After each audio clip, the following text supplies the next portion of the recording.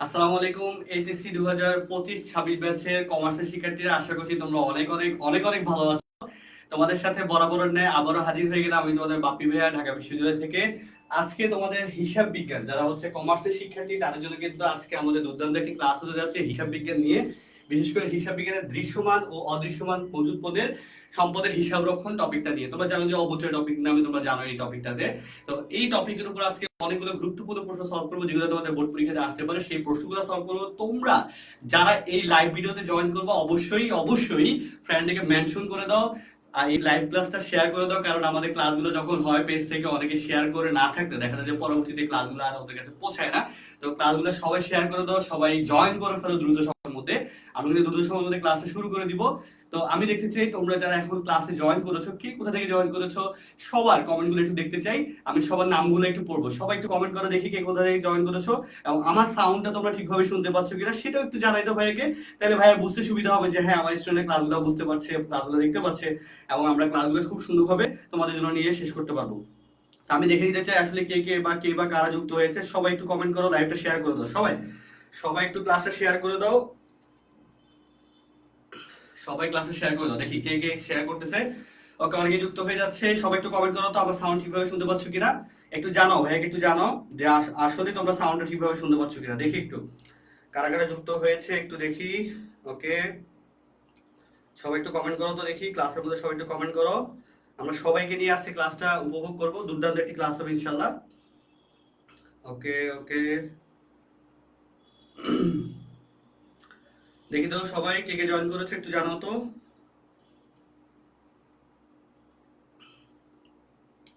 একটু কষ্ট করে জানাই ফেলো, দ্রুত দ্রুত করো, একটু দ্রুত করো, দ্রুত সময়ের মধ্যে জানাই ফেলো, দ্রুত সময়ের মধ্যে জানাই ফেলো, আমরা ক্লাসে শুরু করে দিব।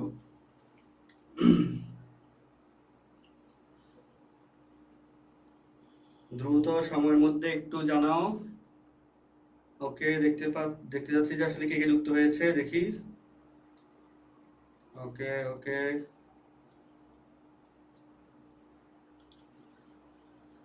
সবাই একটু রেসপন্স করো, সবাই কমেন্টে একটু রেসপন্স করো, ক্লাস দেখতে চাই আসলে কে কে যুক্ত হয়েছে ক্লাসে। একটু দেখতে চাই কে কে যুক্ত হয়েছে ক্লাসে, সবাই একটু কমেন্ট করে জানাও। ওকে,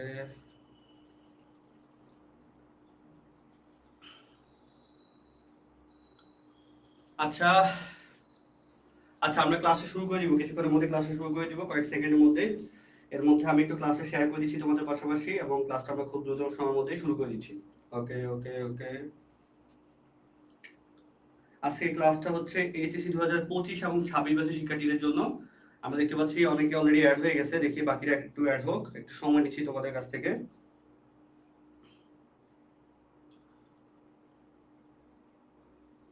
হুম হুম হুম, আচ্ছা, ওকে ফাইন।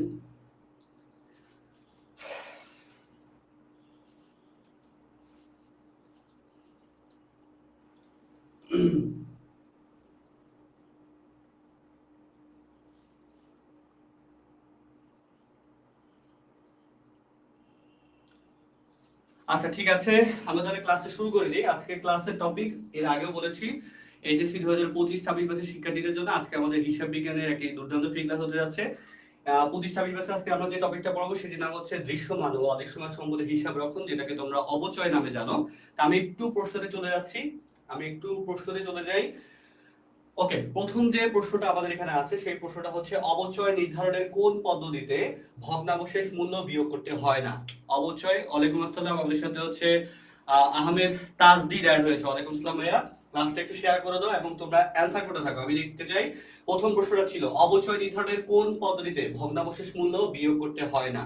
ভগ্নাবশেষ মূল্য বিয়োগ করতে হয় না প্রশ্নটা হচ্ছে বর্ষ সংখ্যার সমষ্টি পদ্ধতি, উৎপাদন একক পদ্ধতি, সরলরৈখিক পদ্ধতি, ক্রমহ্রাসমানের পদ্ধতি। দেখি চারটা প্রশ্নের মধ্যে, চারটা অপশনের মধ্যে কোন অপশনটা কারেক্ট। সবাই একটু রেসপন্স করো তো দেখি, সবাই একটু রেসপন্স করো কোন অপশনটা কারেক্ট। সবাই একটু রেসপন্স করো, সবার কাছ থেকে আমি জানতে চাই আসলে।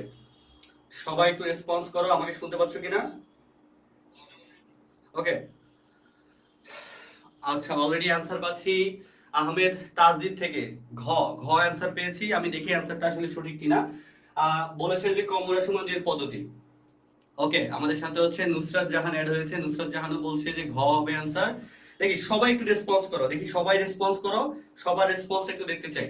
শুরুর প্রশ্নটার অ্যান্সার আমরা তোমাদের কাছ থেকে নিব। তো শুরুর প্রশ্নের অ্যান্সারটা তোমরা একটু সবাই দাও, সবাই একটু শুরুর প্রশ্নটা অ্যান্সার দাও। ওকে ওকে, আচ্ছা আমাদের কাছে নাফিসা নাদিয়া বলছে 1-এর 4 হবে। নুসরাত জাহান 4 বলেছে। বাকি একটু রেসপন্স করো, যারা দেখতে পাচ্ছ, ক্লাসে যারা দেখতে পাচ্ছ সবাই একটু রেসপন্স করবা, কাছে সবার কাছ থেকে অ্যান্সার দিব, সবাই একটু রেসপন্স করবা, সবার নামগুলো পড়বো। হ্যাঁ, আচ্ছা, তো প্রথম প্রশ্নে যেটা অ্যান্সার ছিল যে ভগ্নাবশেষ মূল্য বা অবশিষ্ট মূল্য, এই ভগ্নাবশেষ মূল্য আসলে বিবেচনা করা হয় না কোন পদ্ধতিতে। তোমরা জানো যে সরলীক পদ্ধতিতে ভগ্নাবশেষ মূল্য বিবেচনা করা হয়। শুধুমাত্র আমরা জানি ক্রমহ্রাসমান যে পদ্ধতি, যে পদ্ধতিতে ভগ্নাবশেষ মূল্যটা কি করা হয় না, ভগ্নাবশেষ মূল্যটা হচ্ছে কাউন্ট করা হচ্ছে না। ভগ্নাবশেষ মূল্য ক্রমহ্রাসমান যে পদ্ধতিতে বিয়োগ করা হয় না, বা ভগ্নাবশেষ মূল্য আসলে এটার সাথে কোনো ধরনের সম্পর্কিত না। তাহলে আমরা এটা সঠিক অ্যান্সারটা পেয়ে গেলাম কি, এটা সঠিক অ্যান্সারটা পেয়ে গেলাম হচ্ছে কোনটা, সঠিক অ্যান্সারটা হচ্ছে 4 ক্রমহ্রাসমান যে পদ্ধতি। আমরা পরের প্রশ্নটা একটু দেখি। প্রশ্নগুলো আজকে বড় হয়ে গেছে, প্রশ্নের সাইজটা বড় হয়ে গেছে। ওকে, পরের প্রশ্নটা হচ্ছে ব্যবসায়ের ব্যবহারের জন্য 50,000 টাকার একটি যন্ত্রপাতি ক্রয় করা হলো। ওকে, আমরা একটা আসবাবপত্র বা যন্ত্রপাতি যে কোনো কিছুই কিনতে পারি, সমস্যা নেই। কার্যস্থলে আনার জন্য বহন খরচ আছে, বহন খরচ আছে কত, 2,000 টাকা। এরপর আমাদের সংস্থাপন ব্যয় আছে কত, 5,000 টাকা। আমাদেরকে বলছে যে যন্ত্রপাতি হিসাবে, যন্ত্রপাতি হিসাবে আসলে কত টাকা দেখাবো বলতো, যন্ত্রপাতি হিসাবে কত টাকা দেখাবো ভাই? ডিউ এর ফাইলনামি নিয়ে কিছু বলেন, কিছু বলার নাই, তোমরা নিজেরা অ্যাক্টিভ না হলে আমি কিছু বলার থাকে না। ওকে, সবাই একটু বলো তো যন্ত্রপাতি হিসাবে আসলে আমরা কত টাকা অ্যাড করব? সবাই একটু রেসপন্স করো, যন্ত্রপাতি হিসাবে কত টাকা অ্যাড করব আমরা এখানে? আমরা দেখতে পাচ্ছি যন্ত্রপাতি একটা র পেমেন্ট, যেটা আমার কাস্টমার দোকানদারকে দেওয়া লাগতেছে, সেই র পেমেন্ট হচ্ছে কত, 50,000 টাকা। কত, 50,000 টাকা। র পেমেন্টটা হচ্ছে 50,000 টাকা। সেকেন্ড যে র পেমেন্টটা আছে সেটা হচ্ছে কি, বহন খরচ। ওকে, অলরেডি 4 আনসার দিয়েছে। বহন খরচ কত, বহন খরচ হচ্ছে 2,000। তো আমরা জানি একটা একটা আসবাবপত্র বা একটা যন্ত্রপাতি বা একটা মেশিনারি যেটাই হোক না কেন, সেটা যখন আমরা ব্যবসা প্রতিষ্ঠানে এনে সংস্থাপন বা স্থাপন করা পর্যন্ত যতগুলা ব্যয় থাকে, সবগুলা ব্যয়কে আমরা যন্ত্রপাতি হিসেবে তখন ডেবিট করে থাকি। ওকে, তাহলে আমরা দেখতে পাচ্ছি যে আমরা আনার জন্য আমাদের বহন খরচ লাগতেছে, এরপর আমরা দেখতে পাচ্ছি সংস্থাপন ব্যয় লাগতেছে, তার মানে সংস্থাপন ব্যয়টাও আমার এখানে যোগ হবে। একসাথে যদি আমরা ক্যালকুলেশন করি তাহলে আমরা পাচ্ছি 57,000 টাকা। 57,000 টাকা কোন অপশনে আছে? অপশন ডি তে আছে। তার মানে আমাদের অপশন ডি, যারা অ্যান্সার দিয়েছে জাহিদুল ইসলাম থেকে শুরু করে সবার অ্যান্সারটা কারেক্ট। তোমরা যারা ক্লাসটা দেখতে পাচ্ছ, তোমরা তোমাদের ফ্রেন্ডকে, অনেকে এখনো মেনশন করো নাই, ফ্রেন্ডকে একটু মেনশন করে দাও, যাতে ক্লাসের মধ্যে আমরা আরেকটু সংখ্যক, আরেকটু উপস্থিতি সংখ্যক বাড়াইতে পারি। হ্যাঁ, আচ্ছা, পরবর্তী প্রশ্ন যেটা আছে, অবচয় কোন ধরনের প্রক্রিয়া? বলতো অবচয় আসলে কোন ধরনের প্রক্রিয়া? ক্রয় মূল্য প্রক্রিয়া, মূল্যায়ন প্রক্রিয়া, বা হচ্ছে নগদ জমাকরণ প্রক্রিয়া, বা মূল্য বিশ্লেষণ প্রক্রিয়া? বলতে পারবা আসলে কোন ধরনের প্রক্রিয়া হবে অবচয়? অবচয় আসলে কোন ধরনের প্রক্রিয়া বলো তো? সবাই বলো দেখি, অবচয় কোন ধরনের প্রক্রিয়া বলতে পারো কিনা দেখি। সবাই একটু রেসপন্স করো, সবাই রেসপন্স করো দেখি, সবাই রেসপন্স করো।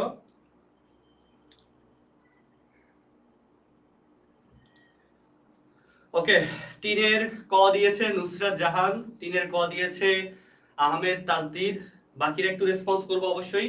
সবার রেসপন্স, যারা আছো পারো না পারো অ্যান্সার করবা, ঠিক আছে? পারো না পারো অ্যান্সার করবা, কোনো সমস্যা নেই। ওকে, দেখো তো অবচয়কে আসলে কোন ধরনের প্রক্রিয়া বলা হয়? অবচয়কে নাম্বার 1 বলা হয় ক্রয় মূল্য বন্টন প্রক্রিয়া। কি বন্টন প্রক্রিয়া? নাম্বার 1 বলা হয় ক্রয় মূল্য বন্টন প্রক্রিয়া। নাম্বার 2 কি বলা হয়? নাম্বার 2 বলা হয় অর্জন মূল্য বন্টন প্রক্রিয়া। কি বন্টন প্রক্রিয়া? অর্জন মূল্য বন্টন প্রক্রিয়া। অর্জন মূল্য বন্টন প্রক্রিয়া, আচ্ছা প্রক্রিয়া। ওকে, যাই হোক, এখন নাম্বার 3 বলা হয় ব্যয় বন্টন প্রক্রিয়া। কি ধরনের বন্টন প্রক্রিয়া? ব্যয় বন্টন প্রক্রিয়া। তাহলে অবশ্যই আমরা তিনটা নামে উল্লেখ করতে পারি। একটা হচ্ছে কি, ক্রয় মূল্য বন্টন প্রক্রিয়া, নাম্বার 2 হচ্ছে অর্জন মূল্য বন্টন প্রক্রিয়া, নাম্বার 3 হচ্ছে ব্যয় বন্টন প্রক্রিয়া। এগুলো অ্যাডমিশনে গেলে আমরা পড়াই নরমালি, ঠিক আছে?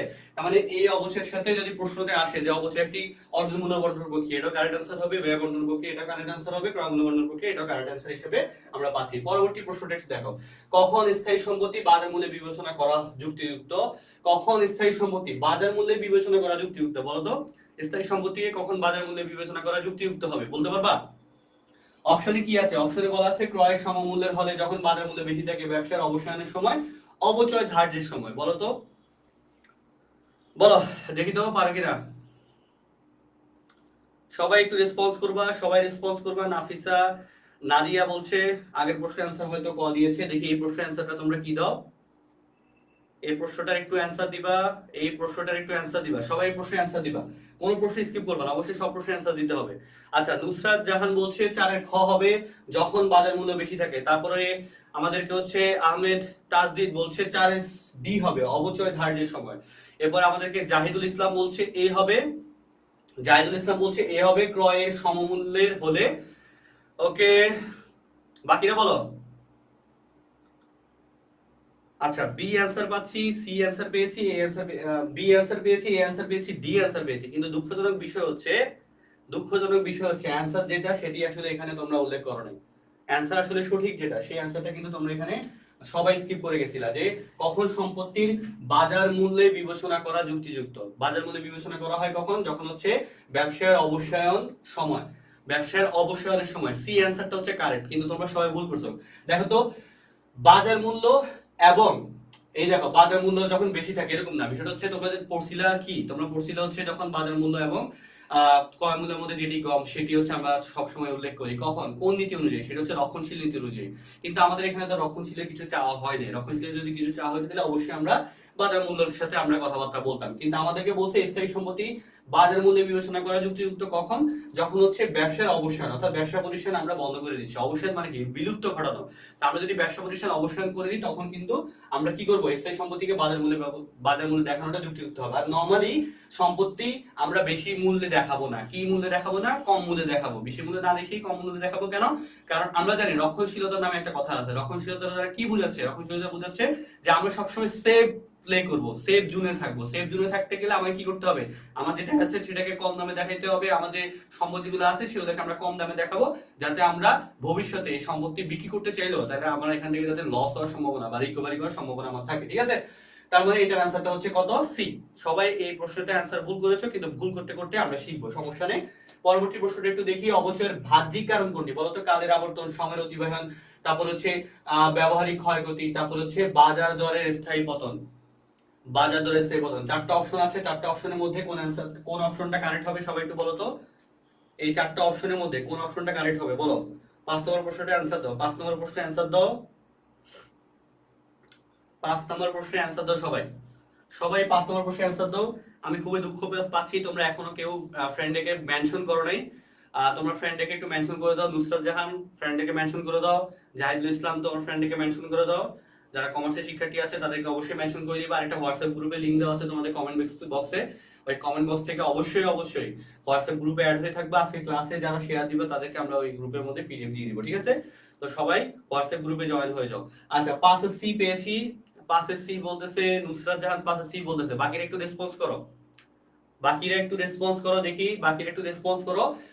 অবচয়ের বাহ্যিক কারণ কোনটি? অবচয়ের বাহ্যিক কারণ হচ্ছে, দেখো তো, 5 ডি। সায়েদ খান বলতেছে 5 ডি হবে বাজার দরের স্থায়ী পতন। ভাইয়া, অবচয়ের সাথে বাজার দরের কোনো কথাবার্তা না।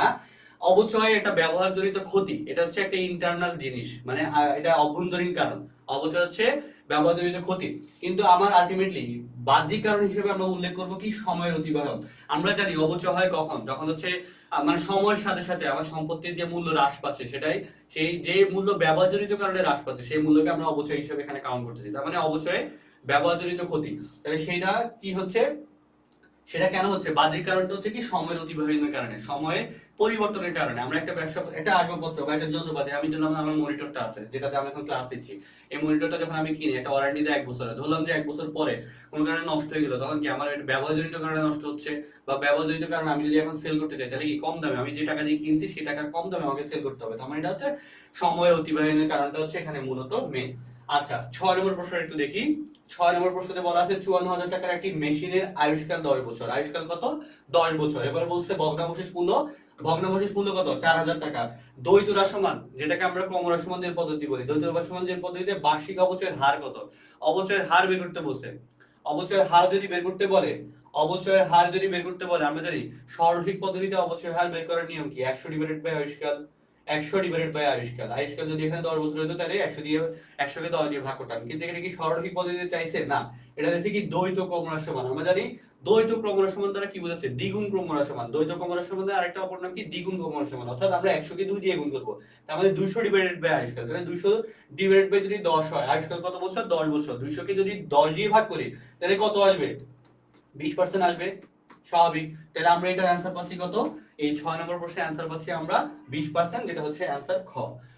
পরবর্তী প্রশ্ন, আই হোপ তোমরা বুঝতে পারছো। যদি কোনো কারণে বুঝতে না পারো অবশ্যই ভাইকে জানাবো, ভাই আরেকবার বুঝিয়ে দিব। কোন পদ্ধতিতে সকল আর্থিক বছরের অবচয়ের পরিমাণ সমান থাকে? বলো তো কোন পদ্ধতিতে সকল আর্থিক বছরের অবচয় সমান থাকে? এটা তো খুবই সহজ একটা প্রশ্ন, সহজ প্রশ্ন, সহজ অ্যানসার দিয়ে দাও। সহজ প্রশ্নের সহজ অ্যানসার সবাই দিয়ে দাও। বলো তো কোন পদ্ধতিতে আর্থিক বছরের সকল আর্থিক বছরের অবচয় সমান হয়? বলো তো কোন পদ্ধতিতে? সবাই বলো। এই আহমেদ তাজদিন 1080 টাকা কিসে পাইছো বলো তো ভাইয়া? ওটা তো পার্সেন্টেজ বের করতে বলছে, তুমি তো ভুল করে বলছো। দেখছো, ছোটখাটো ভুলের কারণে কিন্তু অনেক জায়গাতে ভুলের মধ্যে পড়ে যাবে। আচ্ছা, অলরেডি আমাদেরকে সায়েদ খান থেকে শুরু করে নুসরাত জাহান, সায়েদ খান সবাই হচ্ছে 7 এর বি অ্যানসার দিয়েছে। আমরা জানি প্রত্যেক বছর সরলরৈখিক পদ্ধতিতে অবচয় সমান থাকে। এবছর যদি সরলরৈখিক পদ্ধতিতে অবচয় 1000 টাকা হয়, তাহলে পরবর্তী 5 বছরে যদি অবচয় হয়, তার মানে কি 5 বছরে 1000 টাকা করেই অবচয় হবে।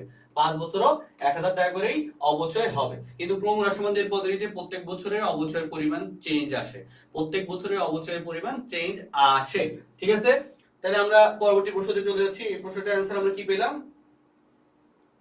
সরলরৈখিক। ওকে, পরবর্তী প্রশ্নতে, একটি সম্পত্তির মোট ক্রয় মূল্যের এবং পুঞ্জীভূত অবচয়ের পার্থক্য কি বলা হয়? বলো তো মোট ক্রয় মূল্য, মোট ক্রয় মূল্য, পুঞ্জীভূত অবচয়, মোট ক্রয় মূল্য, পুঞ্জীভূত অবচয়ের পার্থক্য কি বলা হয়? বই মূল্য, বাজার মূল্য, প্রক্রিয়া মূল্য, অবসান মূল্য। বলো।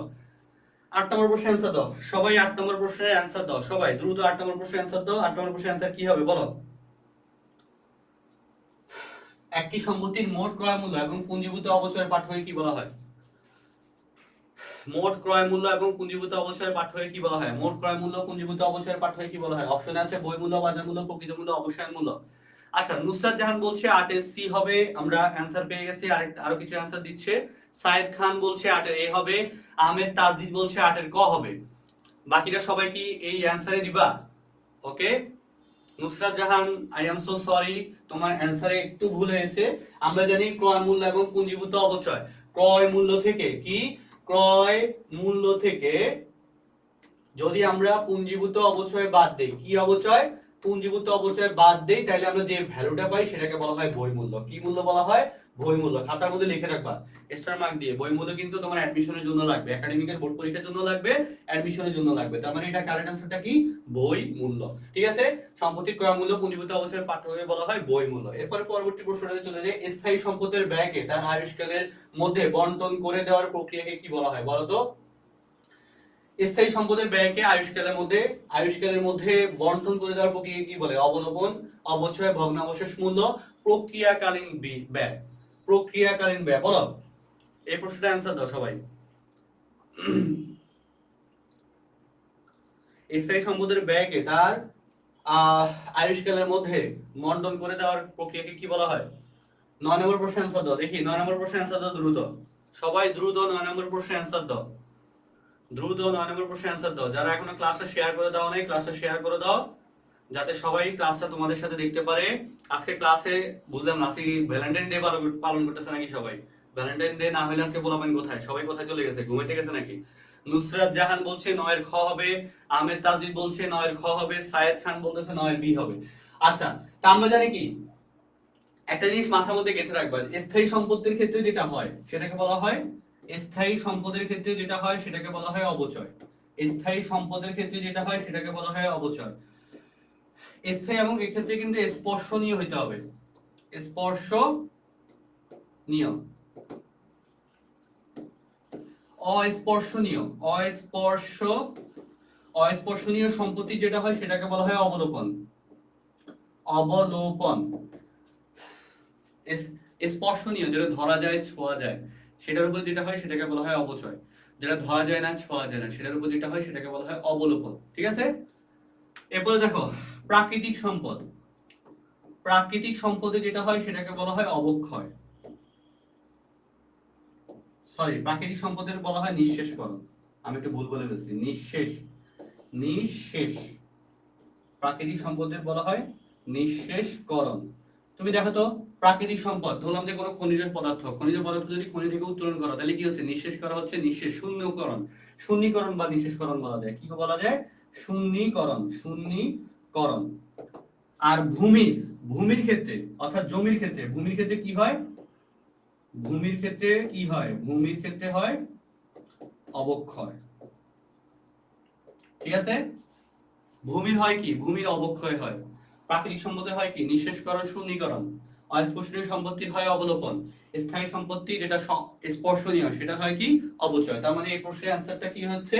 এই প্রশ্নের অ্যানসারটা হচ্ছে 9 বি। এবং এই যে তথ্যগুলো লিখে দিলাম, এই তথ্যগুলো কিন্তু ঢাকা বিশ্ববিদ্যালয় ভর্তি পরীক্ষার জন্য কিন্তু ইম্পর্টেন্ট। এই তথ্যগুলো তোমরা অবশ্যই মনে রাখবা। 10 নম্বর প্রশ্ন, আজকে দিনের 10ম এমসিকিউ, যেখানে বলা আছে স্থায়ী সম্পত্তি বিক্রয়ের ফলে ক্ষতি হয়েছে, এক্ষেত্রে নিচের কোন বক্তব্যটি সঠিক? নিচের কোন বক্তব্যটি সঠিক? বলা হচ্ছে বিক্রয় মূল্যের চেয়ে পুস্তক মূল্য কম, পুস্তক মূল্যের চেয়ে বিক্রয় মূল্য কম, পুস্তক মূল্য পুঞ্জীভূত অবচয়ের চেয়ে কম, পুঞ্জীভূত অবচয়ের চেয়ে ক্রয় মূল্য কম। বলো। 10 নম্বর এমসিকিউর অ্যানসার দাও সবাই। 10ম এমসিকিউর অ্যানসার দাও। 10 নম্বর এমসিকিউর অ্যানসার দাও সবাই।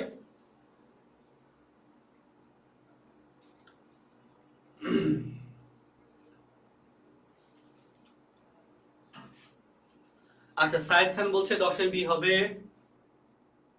বাকিরা বলো তো, বাকিরা বলো অ্যানসার কি হবে? বাকিদের অ্যানসার কি হতে পারে? আমাদের প্রশ্নটা কি চাইছে আবার দেখো। বলছে কি স্থায়ী সম্পত্তি বিক্রয়ের ফলে ক্ষতি হয়েছে, বিক্রয়ের ফলে ক্ষতি হয়েছে, নিচে কোন বক্তব্যটি সঠিক? আচ্ছা, সবাই একটু রেসপন্স করো, হোক না হোক সমস্যা নেই, তো হবে না হবে অ্যানসার করে যাবা, সমস্যা নেই। দেখো তো, পুস্তক মূল্য বের করে কিভাবে জানো? পুস্তক মূল্য, এই যে পুস্তক মূল্যটা আছে, এখানে পুস্তক মূল্য লেখা আছে। পুস্তক মূল্য বের করে কিভাবে বলো তো? আচ্ছা, পুস্তক মূল্য বের করার নিয়ম হচ্ছে আমাদের যে সম্পত্তি থাকে ওই সম্পত্তির থেকে আমরা বাদ দিব অবচয়। এটা হচ্ছে পুঞ্জীভূত অবচয় বাদ দিব। ওকে, পুঞ্জীভূত অবচয় বাদ দিলে যে ভ্যালুটা থাকে সেটাকে বলা হয় পুস্তক মূল্য। এখন ধরলাম যে আমার স্থায়ী সম্পত্তি 3 লক্ষ টাকা, আমার হচ্ছে অবচয়, এই যে পুঞ্জীভূত অবচয় হচ্ছে আমার 50,000 টাকা। ঠিক আছে? তাহলে কি আমার আলটিমেটলি ভ্যালু থাকলো কত? 2,50,000 টাকা। এখন আমি যদি একটা সম্পত্তি 2,50,000 টাকা বিক্রি করি তাহলে আমার নো লাভ, নো প্রফিট। 2,50,000 টাকা বিক্রি করলে আমার নো প্রফিট হবে। যদি 2,50,000 টাকার বেশি দামে বিক্রি করি, ধরুন আমি 2,60,000 টাকায় বিক্রি করছি, তাহলে কি 10,000 টাকা লাভ হলো। যদি 2,40,000 টাকায় বিক্রি করি তাহলে কি হবে? 10,000 টাকা লস হলো। তাহলে এখন যদি এরকম করো, পুস্তক মূল্যের চেয়ে বিক্রয় মূল্য যদি কম হয়, এই যে পুস্তক মূল্য 2,50,000 টাকা থেকে তুমি যদি কমে বিক্রি করো, অর্থাৎ 2,40,000 টাকা বিক্রি করো, তাহলে কি 10,000 টাকা লস হবে। এই যে 10,000 টাকা লস, এটাকে আমরা কি বলবো? এটাকে আমরা বলবো যে ক্ষতি, বিক্রয়জনিত ক্ষতি। তাহলে এটার সাথে মিল পাচ্ছি কার? এটার সাথে মিল পাচ্ছি খ নম্বর এমসিকিউ। তার মানে অ্যানসার 10-এর বি। 10 নম্বরে বি অ্যানসার যারা দিয়েছো তাদের অ্যানসারটা কারেক্ট হয়েছে। 10-এর সি হয় নাই, এটা অনেকেই পারতা না, তারপরেও দেখা দিলাম। ঠিক আছে? যদি বুঝতে না পারো জানাবা, বুঝতে না পারলে অবশ্যই জানাবা। 11 নম্বর প্রশ্ন দেখো তো, চলতি বছর স্থায়ী সম্পত্তির অবচয় 15,000 টাকা কম ধরা হলে এর প্রভাব কি পড়বে? বলো। স্থায়ী সম্পত্তির অবচয়, যদি অবচয় কম ধরা হয়, এটা আসলে কোথায় ইফেক্ট ফেলবে? এটা কিন্তু ঢাকা বিশ্ববিদ্যালয় ভর্তি পরীক্ষাতে এই প্যাটার্নে একটা প্রশ্ন এই বছর আসছে। হ্যাঁ, যে যদি কোনো কিছু কম ধরা হয়, কোনো কিছু বেশি ধরা হয়, তাহলে সেক্ষেত্রে কোথায় কোন জায়গাতে ইফেক্ট ফেলবে সেটা কিন্তু ঢাবি ভর্তি পরীক্ষা তো বহুবার আসছে, এবছরও আসছে। তো আশা করবো তোমরা এই জিনিসটাকে সিনসিয়ারলি নিবা। এবং আমি যখন বোর্ড পরীক্ষা তোমাদের জন্য পড়াচ্ছি, এই বোর্ড পরীক্ষা পড়ানোর ক্ষেত্রে দেখবো যে অনেক প্রশ্ন নিয়ে ডিসকাশন করতেছি যেগুলো ভর্তি পরীক্ষাতে আসবে। এবছরও আমাদের বোর্ড পরীক্ষার ক্লাস থেকে ভর্তি পরীক্ষাতে প্রশ্ন হুবহু কমন আসছে। ঠিক আছে? অ্যাডমিশনের ক্লাস থেকে তো কমন আসে, বোর্ড পরীক্ষা থেকে স্পেশালি 2টা প্রশ্ন কমন আসছে, যেটা অ্যাডমিশনে নরমালি পড়ানো হয় না, কারণ ওগুলা বোর্ড পরীক্ষার টপিক, বোর্ড পরীক্ষা থেকে পড়ানো হয়। তো সেইগুলা থেকে কিন্তু ইম্পর্টেন্ট। ওকে, তাই দেখো তো, অবচয় কি? অবচয় হচ্ছে কি? একটা খরচ, ব্যয়। অবচয় কি? অবচয় হচ্ছে ব্যয়।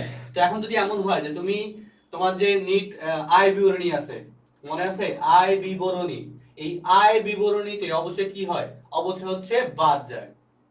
তাহলে কি ধরলাম যে তোমার মোট লাভ, ধরলাম, ধরে নি, ধরতে তো অসুবিধা নাই, ধরলাম যে তোমার মোট লাভ 50,000 টাকা। হ্যাঁ, তোমার অবচয় মানে সব আইটেম বাদ দেওয়ার পরে জাস্ট অবচয়টা তুমি বাদ দাও না, অবচয় ধরলাম যে 5,000 টাকা। এটা বাদ দিলে তোমার নিট লাভ আসতো কত? 45,000 টাকা আসতো। এখন যদি তুমি এই অবচয়টা বাদ না দাও তাহলে কি তোমার নিট লাভ 50,000 টাকাই থেকে যাচ্ছে, তার মানে কি তোমার মুনাফা কিন্তু বেড়ে যাচ্ছে, 5,000 টাকা বেড়ে যাচ্ছে। তো এখানে কিন্তু সেম, তুমি 15,000 টাকা নিট লাভ, 15,000 টাকা নিট লাভ কমার কথা কিন্তু তুমি কমায় দেখাও নেই, যার ফলশ্রুতিতে কি হবে, মুনাফাটা তোমার বেড়ে যাচ্ছে। ঠিক আছে, এটা বুঝতে পারছো? আমার নাম সীমা, সীমা সরকার, আমি টাঙ্গাইল থেকে। সীমা অনেকক্ষণ পরে জয়েন করেছো না? ওকে, এই 11 অ্যান্সার সি দিয়েছো তোমরা, খুবই কষ্ট পেলাম। লেসে পুস্তক মূল্য পুঞ্জীভূত অবশ্যই হচ্ছে কম হবে, সরি। এই প্রশ্নটা হচ্ছে তুমি মুনাফার সাথে তুমি দেখো রিলেট করতে পারছো যে আমরা আয় বিবরণীতে, আমরা যখন আয় বিবরণী করি, আয় বিবরণীতে আমরা মোট লাভ থেকে অবচয়টা বাদ দেই। তো বাদ দেওয়ার পরে আমাদের আরো অনেক কিছু বাদ দেই, তার মধ্যে অবচয় একটা বাদ দেওয়ার পরে আমাদের কি বের হয়, নিট লাভ বের হয়। এখন আমরা যদি মোট লাভ থেকে অবচয় বাদ না দিয়ে দেখাই তাহলে কি আমার নিট লাভটা বেশি দেখানো হবে। কত টাকা বেশি দেখানো হবে, যত টাকা আমার বাদ দেওয়ার কথা তত টাকা বেশি দেখানো হবে। তার মানে কি আমার মুনাফা বাড়িয়ে দেখানো হচ্ছে, সেটা কত টাকা, 15,000 টাকা বাড়িয়ে দেখানো হচ্ছে। বুঝতে পারছি সবাই? সবাইকে বুঝতে পারছি? সবাই বুঝতে পারলে অবশ্যই বলবা যে হ্যাঁ বুঝতে পেরেছি। ঠিক আছে, আচ্ছা, অবচয়কে হিসাবকালের ব্যয় হিসাবে গণ্য করা হয় কোন নীতি অনুসারে? বলতো? নীতিমালা। নীতিমালা খুবই ইম্পর্টেন্ট একটা টপিক, হিসাব বিজ্ঞানের নীতিমালা খুবই ইম্পর্টেন্ট একটা টপিক, এবং এই নীতিমালা টপিক থেকে ভর্তি পরীক্ষাতে প্রচুর প্রশ্ন আসে, প্রত্যেকবারই প্রশ্ন আসে, বিশেষ করে ঢাকা বিশ্ববিদ্যালয়ের ভর্তি পরীক্ষাতে প্রশ্ন আসে। তো নীতিমালা টপিক খুব ভালোভাবে পড়তে হবে। ঠিক আছে, তা আমরা অবচয়ের থেকে নীতিমালাতে 4টা প্রশ্ন আছে, মানে অবচয়, শুধু অবচয় টপিক থেকে 4টা নীতিমালা থেকে প্রশ্ন হয়। তো তার মধ্যে একটা প্রশ্ন আমরা এখন পাচ্ছি, বলা হচ্ছে যে অবচয়কে হিসাবকালের ব্যয় হিসাবে গণ্য করা হয় কোন নীতি অনুযায়ী? অবচয়কে হিসাবকালের ব্যয় হিসাবে গণ্য করা হয় কোন নীতি অনুযায়ী? চলমান প্রতিষ্ঠান ধারণা, আয় স্বীকৃতি, মিলকরণ, পূর্ণপ্রকাশ। বলতে পারবা? যে বলতে পারবে তার জন্য একটা চকলেট আছে আমার পক্ষ থেকে। ঠিক আছে, কিন্তু চকলেটটা আমার বাসায় এসে নিয়ে যেতে হবে, আমাদের অনলাইন স্টুডিওতে এসে নিয়ে যেতে হবে। আচ্ছা, আমাদেরকে সায়েদ খান বলছে 12 সি হবে, নট শিওর। শিওর হতে হবে ভাইয়া, শিওর হতে হবে, পারতে হবে, ভালোভাবে পড়াশোনা করতে হবে, তাহলে পারবা। হ্যাঁ, আচ্ছা বলো, বাকিরা একটু রেসপন্স করো। শুধু কি আজকে ক্লাসে সায়েদ খানই বল করতেছে, এই যে বাকিরা ক্লাস করতেছেন আপনারা কোনো রেসপন্স করেন না। আপনারা রেসপন্স না করলে কি আপনারা শিখতে পারবেন? ভুল করার পরে তো আমরা যখন ভুল করব তখন মস্তিষ্কের মধ্যে কি, যখন শুদ্ধ জিনিসটা দেখবো তখন একটা টান টান দিবে মস্তিষ্কের মধ্যে, কিন্তু ভুল না করলে কিন্তু সেই টানটা অনুভব করা যাবে না। জীবনে কিন্তু অনেক ভুল করতে হবে, ভুল করতে করতে যারা শিখে তারা কিন্তু জীবনে সফলতার স্বাদ গ্রহণ করে, এবং তখনই কিন্তু আসলে সফলতাটা আক্ষরিক আক্ষরিক অর্থে দেখা যায়। ওকে, 12 ক বলতেছে নুসরাত জাহান, নুসরাত জাহান বলতেছে চলমান পরিসংখ্যান ধারণা অনুযায়ী। বাকিরা ট্রাই করেন। আফরিন, আফরিন অনেকক্ষণ পরে জয়েন করেছে, 12-1। জয় বলতেছে ক হবে, জয়কে অনেকক্ষণ পরে পেলাম। ওকে, ঠিক আছে, তাহলে আমরা একটু অ্যানসারটা দেখি। দেখেন তো, অবচয়কে হিসাবকালে ব্যয় হিসাবে গণ্য করা হয় কোন নীতি অনুযায়ী? এখানে একটা টার্মস আছে মিলকরণ নীতি, কিন্তু এই মিলকরণ নীতি অনেকগুলো অল্টারনেটিভ নাম আছে। অল্টারনেটিভ নামটা হচ্ছে যদি লিখি তাহলে অনেকের ক্ষেত্রে এটা বুঝতে সুবিধা হবে। মিলকরণ নীতির মধ্যে আরেকটা নাম হচ্ছে আয় ব্যয় মিলকরণ নীতি। কি? আয় ব্যয় মিলকরণ নীতি, আয় ব্যয় মিলকরণ নীতি। এটার আরেকটা নাম আছে হচ্ছে ম্যাচিং নীতি। কি নীতি? MATSHCHING, matching principles, matching principles. Okay, তো এই যে আয় ব্যয় মিলকরণ নীতি, এই আয় ব্যয় মিলকরণ নীতি অনুযায়ী কি করা হয়? এই আয় ব্যয় মিলকরণ নীতি অনুযায়ী আয়ের বিপরীতে ব্যয়কে চার্জ করা হয়। কি করা হয়? আয়ের বিপরীতে ব্যয়কে চার্জ করা হয়। ঠিক আছে, তাহলে কি করতেছি আমরা? দেখেন তো, আমার অবচয়, অবচয় কি? একটা ব্যয়, এটাকে আমরা কি করতেছি? আয়ের বিপরীতে, নিট লাভের বিপরীতে আমরা চার্জ করতেছি, অর্থাৎ কি বিয়োগ করতেছি, অর্থাৎ অ্যাডজাস্টমেন্ট করতেছি। এই যে আয়ের বিপরীতে ব্যয়টাকে আমরা বাদ দিচ্ছি, তাহলে কোন নীতি অনুসারে বাদ দিচ্ছি? আমরা বাদ দিচ্ছি মিলকরণ নীতি অনুযায়ী, অর্থাৎ আয় ব্যয় মিলকরণ নীতি অনুযায়ী। ঠিক আছে, তার মানে 12 নম্বর প্রশ্নের অ্যানসার হচ্ছে কি? সি। সবাই কিন্তু বুঝে নিবেন, সবাই ভালোভাবে বুঝবেন, না বুঝলে কিন্তু অ্যানসার ভালোভাবে করতে পারবে না। 13 নম্বর প্রশ্ন দেখেন, 88,000 টাকার একটি মেশিনের আয়ুষ্কাল 10 বছর এবং ভগ্নাবশেষ মূল্য 8,000 টাকা। সরলরৈখিক পদ্ধতিতে বার্ষিক অবচয়ের হার কত? সরলরৈখিক পদ্ধতি চেয়েছে, তাহলে খুবই সহজ। বার্ষিক অবচয় আমরা জানি, আমরা একটু এই সরলরৈখিক পদ্ধতি দেখা দিচ্ছি, ক্রমসমান্তরাল পদ্ধতি করার সময় সরলরৈখিকটা দেখা দিয়েছিলাম। তাহলে দেখেন তো, সরলরৈখিক পদ্ধতিতে বার্ষিক অবচয় চাইছে, অবচয়ের হার চাইছে, অবচয়ের পরিমাণও চায় না, অবচয়ের হার চাইছে। তাহলে কি 100 ডিভাইডেড বাই আয়ুষ্কাল, তো 100 কে 10 দিয়ে ভাগ করলে কত আসে? 10%। তার মানে এটা অ্যানসারটা কত? 13, অ্যানসারটা হচ্ছে কত? ক। ওকে, আমরা 14 নম্বর প্রশ্ন দেখি। অবচয় হলো নগদ লেনদেন, অনগদ লেনদেন, অদৃশ্যমান লেনদেন। বলেন তো এটা কোনটা হবে অ্যানসার? বলেন, অবচয় কি? অবচয় নিয়ে কিন্তু একটু কথা বলছিলাম, অবচয় কি বলেন তো?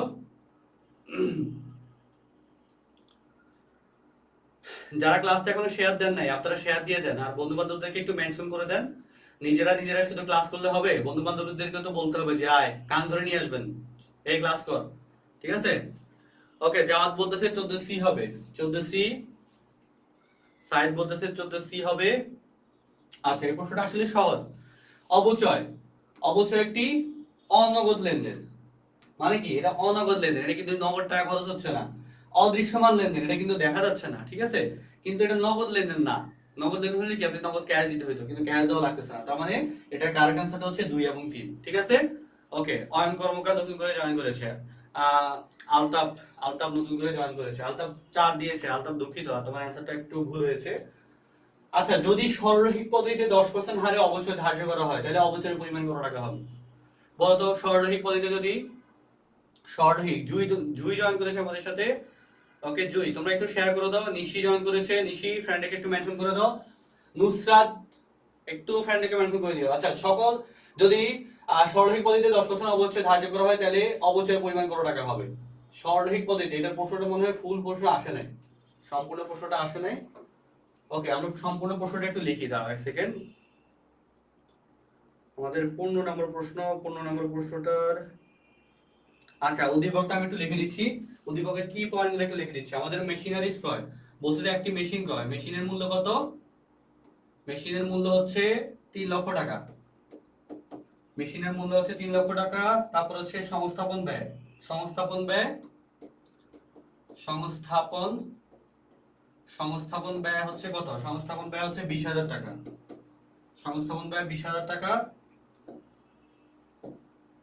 আচ্ছা, এরপরে বলা হচ্ছে যে পরিবহন খরচ,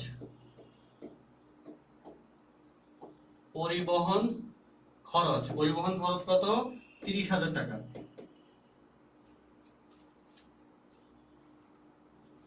এবং প্রশ্নতে বলা আছে যে 1 বছর পর, 1 বছর পর বিক্রয় করা হলো 2,50,000 টাকা। বিক্রয় 2,50,000 টাকায়। ঠিক আছে? 1 বছর পর বিক্রি করা হলো 2,50,000 টাকা। কিন্তু এখন আমার প্রশ্নতে বলা আছে যদি সরলরৈখিক পদ্ধতিতে অবচয় 10% হারে ধার্য করা হয় তাহলে সেক্ষেত্রে অবচয়ের পরিমাণ কত হবে? দেখি এই ম্যাথটা করেন তো সবাই। 15 নম্বরের প্রশ্নটার ম্যাথটা একটু সবাই করেন। বলেন তো এখানে যে তথ্যগুলো দেওয়া আছে এই তথ্যের উপর ভিত্তি করে অবচয়ের পরিমাণ বের করেন। অবচয় কত হবে বলেন? সবাই একটু 15 নম্বর প্রশ্নটা দেখে বলেন।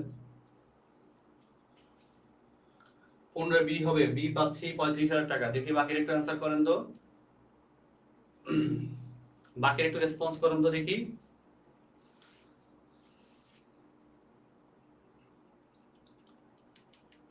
15 বি, 15 বি, বাকির একটু বলেন দেখি।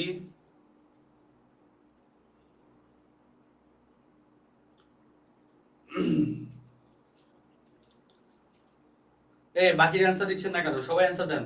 সবাই একটু চেষ্টা করেন, চেষ্টা করেন, চেষ্টা করলে তো ক্ষতি নাই।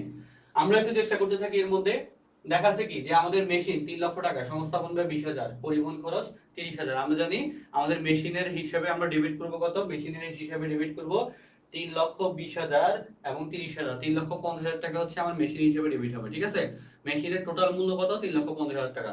তাহলে বলুন তো 10% হারে যদি অবচয় হয় তাহলে কি 3,50,000 টাকা 10% কত? 3,50,000 10% হচ্ছে 35,000 টাকা। তার মানে এটার অ্যান্সারটা হচ্ছে 35,000 টাকা, বি। এই প্রশ্নটার অ্যান্সারটা দেওয়াটা খুবই ইজি এবং এটা সবাই দ্রুত সময়ের মধ্যে দিতে পারবেন এতটুকুই আশা করছিলাম।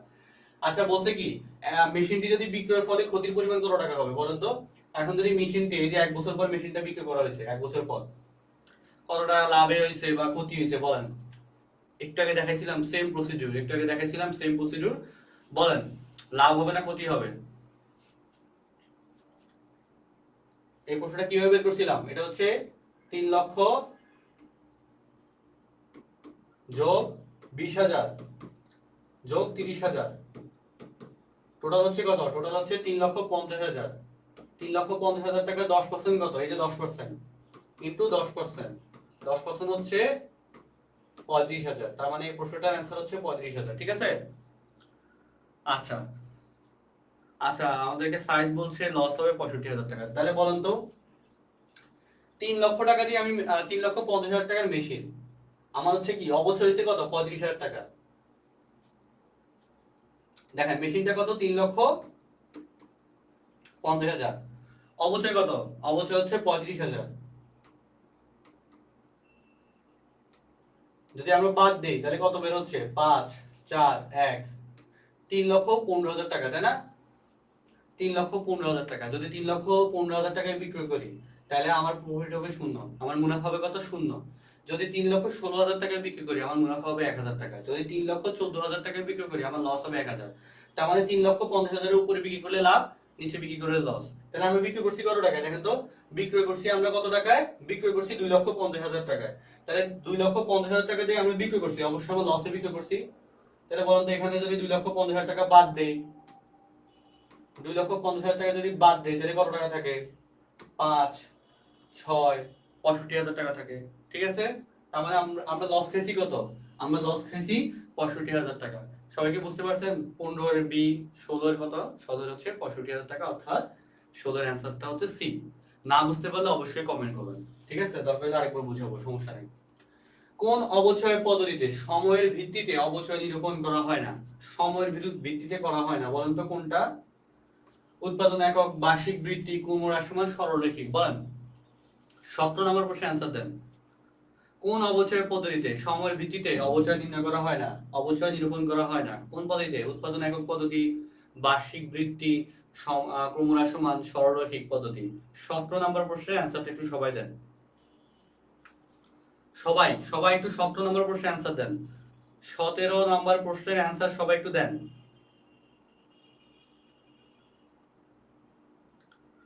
সবাই একটু 17 নম্বর প্রশ্নের অ্যান্সার দেন। সাইদ খান, সাইদ খান তোমার কলেজ কোনটা? কলেজের নামটা একটু বলো তো। তোমার কলেজের নামটা একটু বলবা। আর তোমার ব্যাচ কত? এসএসসি ব্যাচ কত একটু বলো, কমেন্ট করে জানাও। লুমানা আফরিন, লুমানা আফরিন বলছে, এই নুসরাত জাহান তুমি যে 1,00,000 টাকা লাভ পাইছো, কেমনে লাভ পাইছো? আমার অ্যান্সারটা একটু দেখো। হ্যাঁ, এখানে লাভ পাওয়ার মতো তো অবস্থা ঘটে নাই। 16 সি, অনেকে 16তে পড়ে আছে। 17 1। আচ্ছা, তো এখানে হচ্ছে মূলত কি দেখো তো, বলছে কি সময়ের ভিত্তিতে করা হয় না কোন পদ্ধতিতে?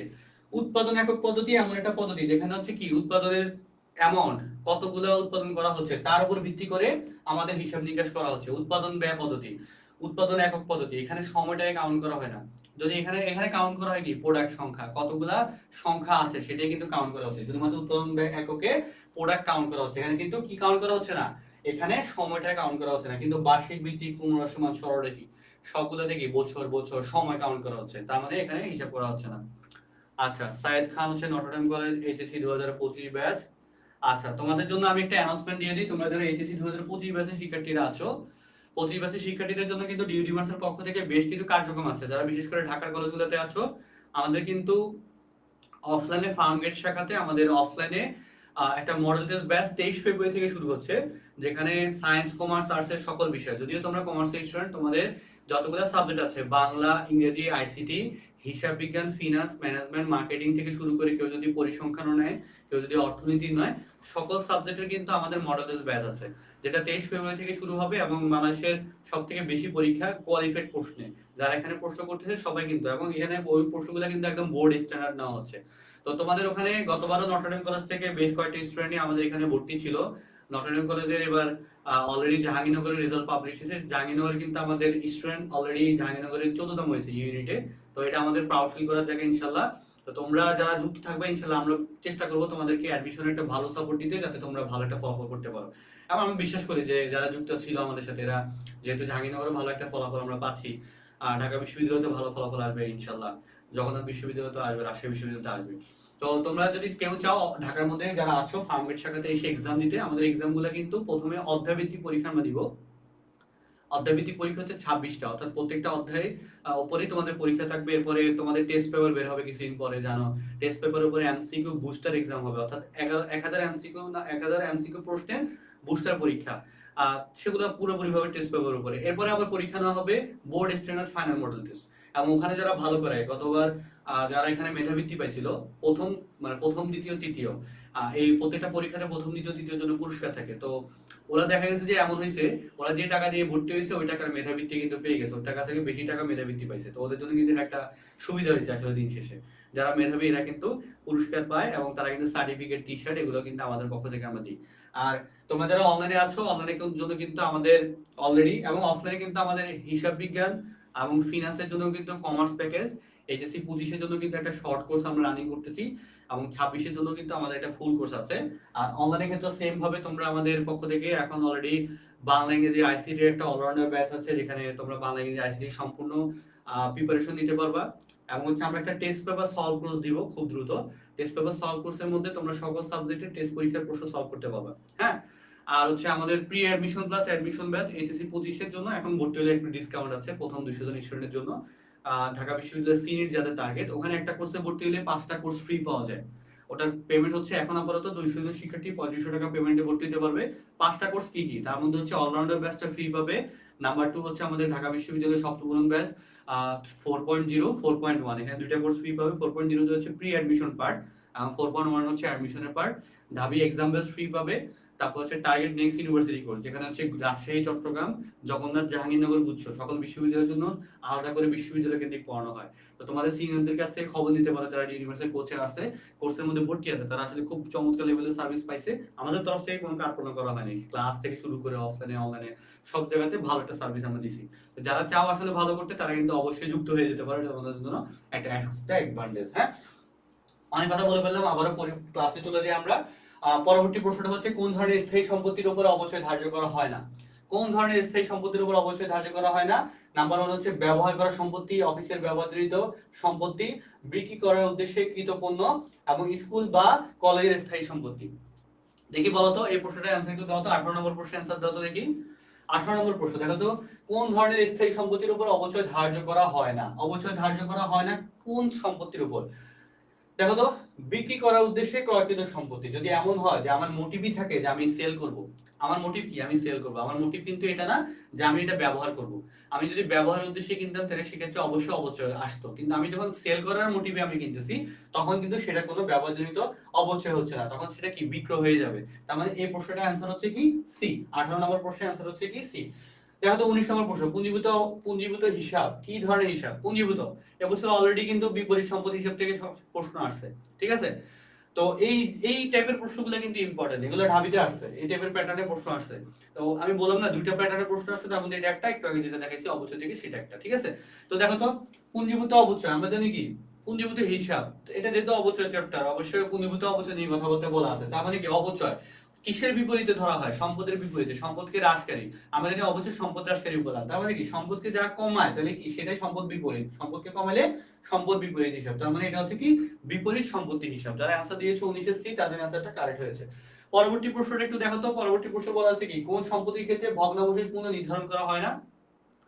কোন সম্পত্তির ক্ষেত্রে ভগ্নাবশেষ মূল্য নির্ধারণ করা হয় না? ইজারা, কলকব্জা, হাতে নগদ, আসবাবপত্র। এটা প্রশ্নটা খুবই সহজ। দেখি সব, যেহেতু সহজ প্রশ্ন, দেখি তোমরা একটু অ্যানসার করো। কঠিন প্রশ্নগুলোতে আমি ডিসকাশন করে দিচ্ছি, সহজ প্রশ্নগুলোর অ্যানসারটা তোমরা একটু দেওয়ার চেষ্টা করো। বলো এই প্রশ্নের অ্যানসার কি হবে বলো। 20 নম্বর প্রশ্নের অ্যানসার কি হবে? 20-এর 3 আফরিন অলরেডি বলে দিছে। 20-এর হচ্ছে হাতে নগদ। তুমি জানো হাতে নগদের ক্ষেত্রে, হাতে নগদের ক্ষেত্রে আমরা ভগ্নাবশেষ মূল্য কেন কাউন্ট করব? আমাদের তো কোনো যৌক্তিকতা নাই। তো হাতে নগদের ক্ষেত্রে ভগ্নাবশেষ মূল্য নির্ধারণ করা হয় না। কিসের ক্ষেত্রে? হাতে নগদের ক্ষেত্রে। Thank you so much Lumama, Lumana Afrin, thank you. অস্পর্শনীয় সম্পত্তির ব্যয় বন্টন প্রক্রিয়াকে কি বলে? অস্পর্শনীয় সম্পত্তির ব্যয় বন্টন প্রক্রিয়া। তোমরা আজকে ক্লাসে যারা পিডিএফটা পেতে চাও, ক্লাসটা শেয়ার দিয়ে কমেন্টে দেওয়া লিংকের মধ্যে প্রবেশ করবা, ঠিক আছে? অস্পর্শনীয় সম্পত্তির ব্যয় বন্টন প্রক্রিয়াকে কি বলা হয়? অস্পর্শনীয় সম্পত্তির আমরা একটু আগে বলে দিছিলাম যে স্পর্শনীয় সম্পত্তির হয় অবচয়, অস্পর্শনীয় সম্পত্তির ক্ষেত্রে হয় কি অবলোপন। অস্পর্শনীয় সম্পত্তির ক্ষেত্রে হয় কি অবলোপন। তারপর হচ্ছে বলছিলাম যে নিঃশেষকরণ কিসে হয়? নিঃশেষকরণ হচ্ছে কি প্রাকৃতিক সম্পদের ক্ষেত্রে নিঃশেষকরণ, ঠিক আছে? মনে আছে? Okay fine. 22 নম্বর প্রশ্নটা একটু দেখো। 22 নম্বর প্রশ্ন, একটি সম্পত্তির ক্রয় মূল্য 50,000 টাকা, আয়ুষ্কাল 10 বছর, সরলরৈখিক পদ্ধতিতে বার্ষিক অবচয় কত? একটি সম্পত্তির ক্রয় মূল্য 50,000 টাকা, আয়ুষ্কাল 10 বছর, সরলরৈখিক পদ্ধতিতে বার্ষিক অবচয় কত? বলো তো বার্ষিক অবচয় কত টাকা হবে? খুবই সহজ, ক্রয় মূল্য আছে, আয়ুষ্কাল আছে, সরাসরি বের করো। কত হবে? এই একটা ম্যাথ তো অন্তত করবা, 22 নম্বরের ম্যাথটা অন্তত করো দেখি। এই 22 নম্বরের ম্যাথটা করো, খুবই সহজ ম্যাথ, করে ফেলো দেখি পারো কিনা। 21 সি, জুথি ইসলাম জুই। এটা কোন অধ্যায় ভাই? এটা হচ্ছে অবচয়ের অধ্যায়। দৃশ্যমান অদৃশ্যমান লেখাই আছে উপরে, দৃশ্যমান অদৃশ্যমান সম্পদের হিসাব রাখুন। তোমাদের শর্ট সিলেবাসের ভিতরের টপিক, অবশ্যই সমস্যা হবে না। ওকে, লুমানা আফরিন বলছে 50,000 টাকা হবে, সরি 5,000 টাকা হবে। লুমানা তুমি কোন কলেজের একটু বলবা তো? আচ্ছা দেখো তো, ক্রয় মূল্য 50,000 টাকা, 10 বছর, তাহলে কি আমরা 10 দিয়ে সরাসরি ভাগ করতে পারি, মানে 10% দিয়ে ভাগ করতে পারি আর কি। 100 ডিভাইডেড বাই আজকাল জানি 50,000 টাকা 10% কত? 50,000 টাকা 10% হচ্ছে 5,000 টাকা। এই যে 5,000 টাকা 100 ডিভাইডেড বাই, সরলরেখিক বলছে না, 100 ডিভাইডেড বাই আজকাল 10, তাহলে কত আসতেছে? 10%। আমাদের কি 50,000 টাকা 10% কত? 5,000 টাকা। ঠিক আছে, সবাই কি বুঝতে পারছি? মোটর গাড়ি, ট্রাক, বাস ইত্যাদি সম্পদের ক্ষেত্রে কোন পদ্ধতিতে অবচয় নির্ধারণ করা হয় বলো তো? এই প্রশ্নের অ্যান্সার দাও তো। বলা আছে যান্ত্রিক ঘন্টা হার, প্রতিস্থাপন ব্যয়, উৎপাদন একক, মাইল হার। বলো কি হবে? কমন সেন্স দিয়ে অ্যান্সার দাও। এই প্রশ্নটা কমন সেন্স দিয়ে অ্যান্সার দেওয়া যাবে। সাধারণ জ্ঞান মানে সাধারণ সেন্সের মাধ্যমে এই প্রশ্নটা অ্যান্সার করা যাবে। দেখি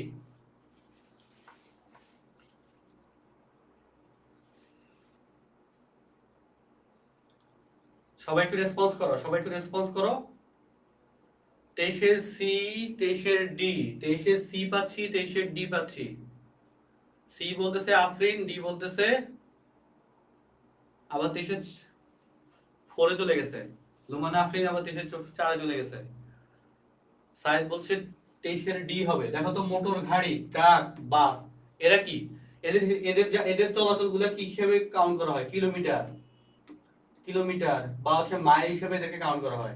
তুমি দেখো তো, তুমি যখন একটা গাড়ি কিনতে যাবা, ধরলাম যে তুমি একটা হুন্ডা কিনতে যাবা, হুন্ডা কিনতে গেলে তুমি কি চিন্তা করবা যে হ্যাঁ এই হুন্ডাটা 10,000 কিলোমিটার চলছে, তার মানে কম চলছে, তার মানে এটা দামটা একটু বেশি হবে। এই হুন্ডাটা 50,000 কিলোমিটার চলছে, তার মানে এই হুন্ডাটা বেশি চলছে, তার মানে এটা দামটা একটু কম হবে। দেখো তো, এখানে কিলোমিটারের হিসাব করে কিন্তু দামটা আপ ডাউন করতেছে, তাই না? তার মানে এটা কিসের উপর? এই যে মাইল হারের উপর ডিপেন্ড করে আমার অবচয়টা নির্ধারণ করা হচ্ছে। বুঝতে পারছি? হ্যাঁ, সবাই বুঝতে পারছি? পরবর্তী প্রশ্নটা একটু দেখি। অবচয়যোগ্য মূল্যকে আয়ুষ্কাল দ্বারা ভাগ করলে কি পাওয়া যায় বলো তো? অবচয়যোগ্য মূল্যকে আয়ুষ্কাল দ্বারা ভাগ করলে কি পাওয়া যায়? অবচয়যোগ্য মূল্যকে আয়ুষ্কাল দ্বারা ভাগ করলে কি পাওয়া যায়? তানহারিয়া, তানহারিয়া অনেকক্ষণ পরে জয়েন করেছে। তানহারিয়া বলেছে গত প্রশ্নের অ্যান্সার সি হবে। গত প্রশ্নের অ্যান্সার মনে হয় ডি হয়েছিল। যাই হোক, 24 নম্বর প্রশ্নের অ্যান্সার দাও তো। অবচয়যোগ্য মূল্যকে আয়ুষ্কাল দ্বারা ভাগ করলে কি পাওয়া যায়? 24-এ অ্যান্সার, 24-এ অ্যান্সার দিচ্ছে সি। অবচয়যোগ্য মূল্যকে আয়ুষ্কাল দ্বারা ভাগ করলে কি পাওয়া যায়? সাইদ বলতেছে 24-এ সি হবে। দেখো, অবচয়যোগ্য মূল্যকে আয়ুষ্কাল দ্বারা ভাগ করলে অপচয়, এখানে দুটো শব্দ আছে, একটা হচ্ছে অপচয় আর একটা হচ্ছে অবচয়। অপচয়কারী শয়তানের ভাই। কার ভাই? শয়তানের ভাই। যারা শয়তানের ভাই হতে চায় তারা অ্যান্সার দিবে অপচয়। ঠিক আছে, বুঝতে পারছি? কিন্তু যারা শয়তানের ভাই না, যারা শয়তানের বোন, ভাই বোন দুইটাই, আচ্ছা শয়তানের কিছুই হয় না, যাই হোক, তারা হচ্ছে কি অ্যান্সার দিবে? তারা অ্যান্সার দিবে অবচয়। ঠিক আছে, অবচয়যোগ্য মূল্যকে আয়ুষ্কাল দ্বারা ভাগ করলে কি পাওয়া যায়? অবচয় পাওয়া যায়। অ্যান্সারটা অনেকে ভুল করছে, আনএক্সপেক্টেডলি ভুল করছে আসলে। আচ্ছা, সম্পত্তির মোট ক্রয় মূল্য ভগ্নাবশেষ মূল্যের পার্থক্য কি বলা হয় বলো? সম্পত্তির মোট ক্রয় মূল্য ভগ্নাবশেষ মূল্যের পার্থক্য কি নির্দেশ করে? 25 নম্বর প্রশ্নের অ্যান্সার দাও। সবাই একটু 25 নম্বর প্রশ্নের অ্যান্সার দিয়ে দাও, দ্রুত সময়ের মধ্যে 25 নম্বর প্রশ্নের অ্যান্সার দিয়ে দাও। কি বলছে? ক্রয় মূল্য ভগ্নাবশেষ মূল্যের পার্থক্য কি বলা হয়? ক্রয় মূল্য ভগ্নাবশেষ মূল্যের পার্থক্য কি বলা হয়? ওই ঘুরে ফিরে একই কথা পড়াচ্ছি, দেখছো?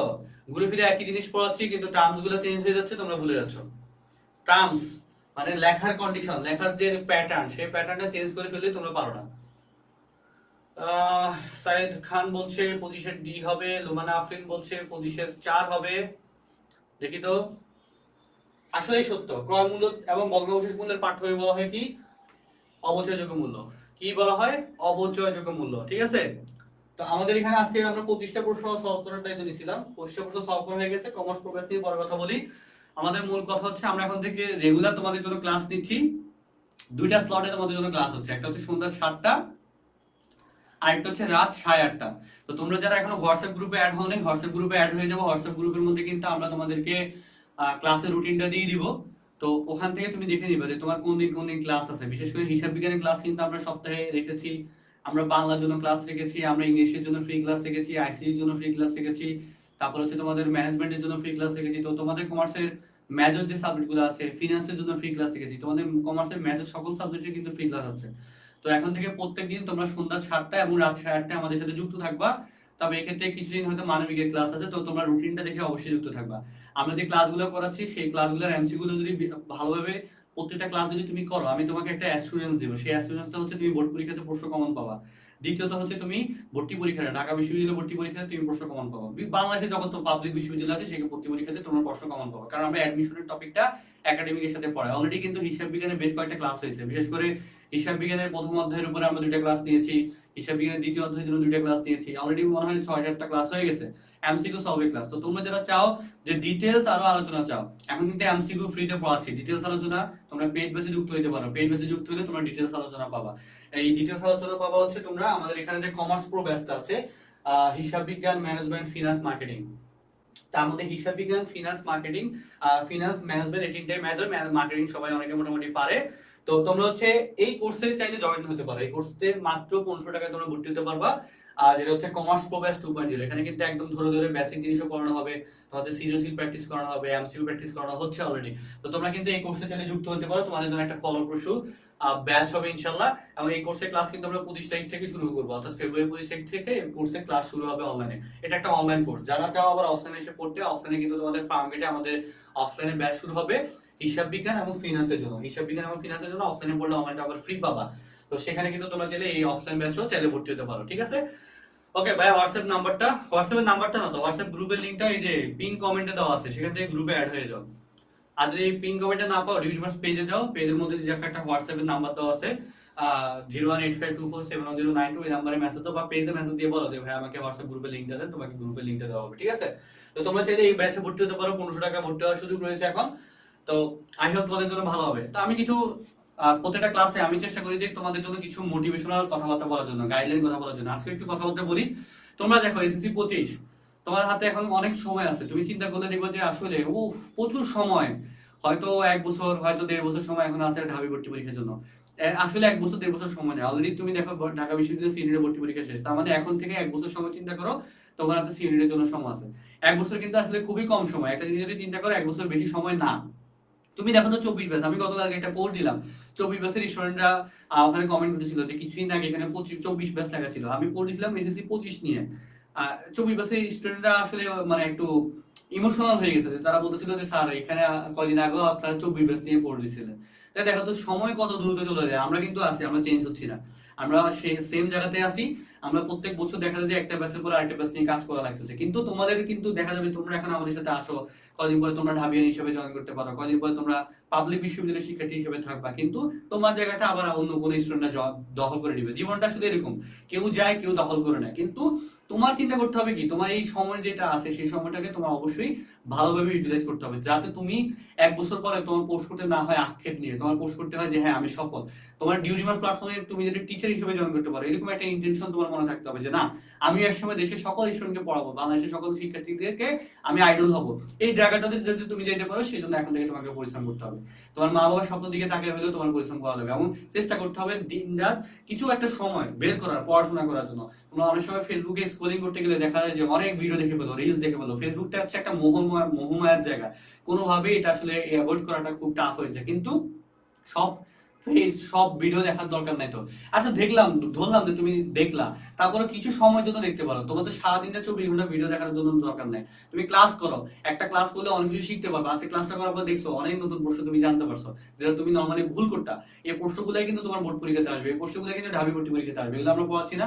অবশ্যই পড়াচ্ছি। এবং এই রেগুলার যারা আসলে আমাদের সাথে যুক্ত থাকতে পারবে তারা কিন্তু দিন শেষে সফল হবা ইনশাল্লাহ। আর আমি বিশেষ করে এই কথা বলি, তোমরা চিন্তা করবা যে বোর্ড পরীক্ষার পর 4 মাস সময় পাবো, 4 মাস সময় কুত্তার মতো পড়ে ঢাকা বিশ্ববিদ্যালয়ে চান্স পেয়ে যাবে। আসলে এটা আসলে খুবই ভুয়া একটা কথা। 4 মাসে আসলে ঢাবি ভর্তি পরীক্ষাতে ভালো একটা র্যাঙ্ক নিয়ে চান্স পাওয়াটা খুবই টাফ। যারা ফার্স্ট ইয়ার থেকে সিরিয়াস হয় তারা খুব ভালোভাবে তাদের চান্সের র্যাঙ্কটা আগে আনতে পারে। বিশেষ করে দেখা যায় যে আমি নিজেও ফার্স্ট ইয়ার থেকে পড়াশোনা করছি, এবং তুমি যারা চান্স পায় একটু খোঁজ খবর নিয়ে দেখো। এক্সেপশনাল থাকতে পারে, তুমি তো এক্সেপশনাল না। তুমি কিভাবে বলবে তুমি এক্সেপশনাল? তুমি পৃথিবীতে যত কিছু এখন পর্যন্ত চাইছো ম্যাক্সিমাম জিনিসই তুমি পাও না, তুমি ঢাবি পাবো কিন্তু এবার কোনো বলা যায় নাকি, তাই না? তো এমন ভাবে পড়াশোনা করতে হবে যাতে তোমার অবশ্যই আল্লাহ তাআলা অন্তত তোমার প্রতি কৃপা হয়, মানে তোমার প্রতি সদয় হয় যে হ্যাঁ না, এই পোলাটা পড়াশোনা করছে, এই মেয়েটা পড়াশোনা করছে, একে অবশ্যই এই যেহেতু চাচ্ছে একে যাতে আমি জিনিসটা দিতে পারি, এরকম একটা পরিস্থিতি ক্রিয়েট করতে হবে। পরিস্থিতি যদি ক্রিয়েট করতে না পারো দিন শেষে লাভ হবে কি? কোনো লাভ হবে না। ঠিক আছে?